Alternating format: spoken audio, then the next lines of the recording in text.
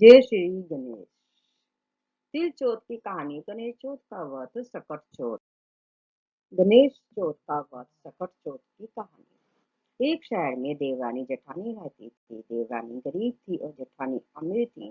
देवरानी गणेश जी की भक्त थी। देवरानी का पति जंगल से लकड़ी काट कर बेचता था और अक्सर बीमार रहता था। देवरानी जेठानी के घर का सारा काम करती और बदले में जेठानी बचा हुआ खाना, पुराने कपड़े आदि उसको दे देती थी। इसी से देवरानी का परिवार चल रहा था। माघ महीने में देवरानी ने तिल चौथ का व्रत किया।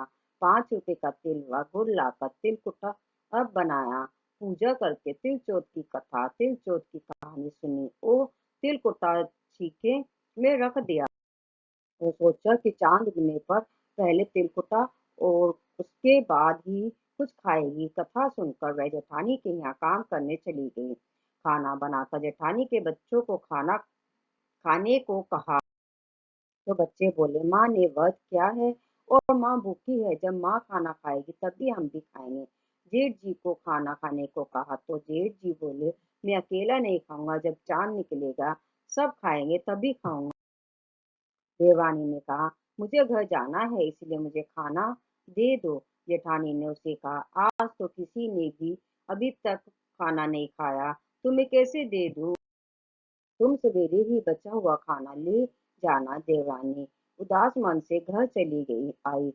देवरानी के घर पर पति बच्चे सब आस लगाए बैठे थे कि आज तो त्योहार है, इसीलिए कुछ पकवान आदि खाने को मिलेगा। परंतु जब बच्चों को पता चला कि आज तो रोटी भी नहीं मिलेगी तो बच्चे रोने लगे। उसका पति भी बहुत क्रोधित हो गया और कहने लगा कि दिन भर काम करने के बाद भी वह 2 रोटियां नहीं ला सकती तो काम क्यों करती हो? पति ने गुस्से में आकर पत्नी को कपड़े धोने के धोने से पीटा। धोना हाथ से छूट गया तो पाटे से मारा।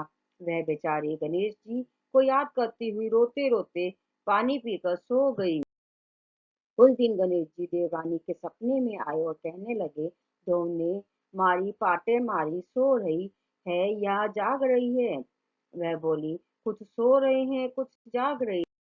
गणेश जी बोले, भूख लगी है, खाने के लिए कुछ दे। देवानी बोली, क्या दूं, मेरे घर में तो अन्न का एक दाना भी नहीं है। जेठानी बचा कुचा खाना देती थी, आज वो भी नहीं मिला। पूजा का बचा हुआ तिलकुटा छीके में पड़ा है, वही खा लो। गणेश जी ने तिलकुट खाया और उसके बाद कहने लगे, धोने मारी पाटे मारी निमटाई लगी है, कहाँ निमटे? उसने कहा, यह खाली झोपड़ी है, आप कहीं भी जा सकते हैं, जहाँ इच्छा हो वहां निमट लो। फिर गणेश जी बोले, अब कहाँ पहुंचूं? अब देवरानी को बहुत गुस्सा आया कि उन्हें कब से परेशान किया जा रहा है। सो बोली, मेरे सिर पर पहुंचो। और कहा, देवरानी जब सुबह उठी तो यह देखकर हैरान रह कि पूरा घर हीरो और मोतियों से जगमगा उठा है। सिर पर जहाँ विंध्याचल पहुंचनी कर गए थे, वहां हीरे के टीके और बिंदी जगमगा रहे थे। उस दिन देवरानी जेठानी के काम करने नहीं।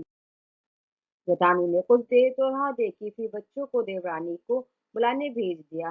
जेठानी ने सोचा, कल खाना नहीं दिया था इसीलिए शायद देवरानी बुरा मान गई हो। बच्चे बुलाने गए और बोले, चाची चलो, माँ ने बुलाया है, सारा काम पड़ा है। दुनिया में चाहे कोई मौका चूक जाए पर देवानी जेठानी आपस में कहने का मौका नहीं छोड़। देवानी ने कहा, बेटा बहुत दिन तेरी माँ के यहाँ काम कर लिया, अब तुम अपनी माँ को कहो कि ही मेरे यहाँ काम करने भेज दो। बच्चों ने घर जाकर माँ से कहा कि चाची का पूरा घर हीरो और मोतियों से जगमगा उठा है। रानी दौड़कर देवानी के पास आई और पूछा कि यह सब कैसे हो गया। देवानी ने उसके साथ जो हुआ वो सब कह डाला। घर लौटकर जेठानी ने कुछ सोचा और अपने पति से कहने लगी, आप मुझे धोने और पाटे से मार। उसका पति बोला कि भली मानस, मैंने तो कभी तुम पर हाथ भी नहीं उठाया, मैं तुम्हें धोने और पाटे से कैसे मार सकता हूँ? वह नहीं मानी और जिद करने लगी। मजबूरन पति को उसे मारना पड़ा। मार खाने के बाद उसने ढेर सारा घी डालकर चूरमा बनाया और चीखे में रख सो गई। रात को चौथ विनायक जी भी उनके सपने में आए और कहने लगे कि उन्हें भूख लगी है, मैं क्या खाऊं।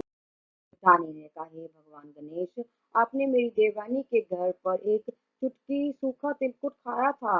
मैंने तो जलते घी का चूरमा बनाकर आपके लिए सीखे में रख है। फल और मेवे भी रखे हैं, जो चाहे खा लो। गणेश जी बोले, अब निपटे कहाँ। जेठानी बोली, उसके यहाँ एक टूटी जो हुई झोपड़ी थी, मेरे यहाँ एक उत्तम दर्जे का महल है, जहाँ चाहो निपटो। फिर गणेश जी ने पूछा, अब पहुंचू कहाँ। जेठानी बोली, मेरे ललाट पर बड़ी सी बिंदी लगाकर पहुंच लो। धन की भूख की जेठानी सुबह बहुत जल्दी उठ गई। सोचा घर हीरे जवाहरात से भर चुका होगा, पर देखा तो पूरे घर में गंदगी फैली हुई थी। तेज बदबू आ रही थी। उसके सिर पर भी बहुत सी गंदगी लगी हुई थी। उसने कहा, हे गणेश जी महाराज, ये आपने क्या किया। मुझसे रूठे और देवरानी पर टूटे। जेठानी ने घर और की सफाई करने की बहुत ही कोशिश करी, परंतु गंदगी और ज्यादा फैलती गई। जेठानी के पति को मालूम चला तो वह भी बहुत गुस्सा हुआ और बोला, तेरे पास इतना सब कुछ था, फिर भी तेरा मन नहीं भरा। परेशान होकर चौथ के विधायक जी गणेश जी से मदद की विनती करने लगी। बोली, मुझसे बड़ी भूल हुई, मुझे क्षमा करें।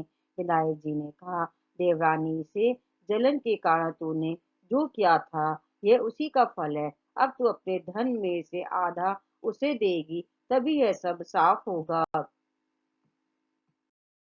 उसने आधा धन तो बांट दिया, किंतु मोहरों की एक हांडी चूल्हे के नीचे गाड़ रखी थी। उसने सोचा किसी को पता नहीं चलेगा और उसने उस धन को नहीं बांटा। फिर चौथ की कहानी उसने कहा, हे चौथ विधायक जी, अब तो अपना यह बिखराव समेट।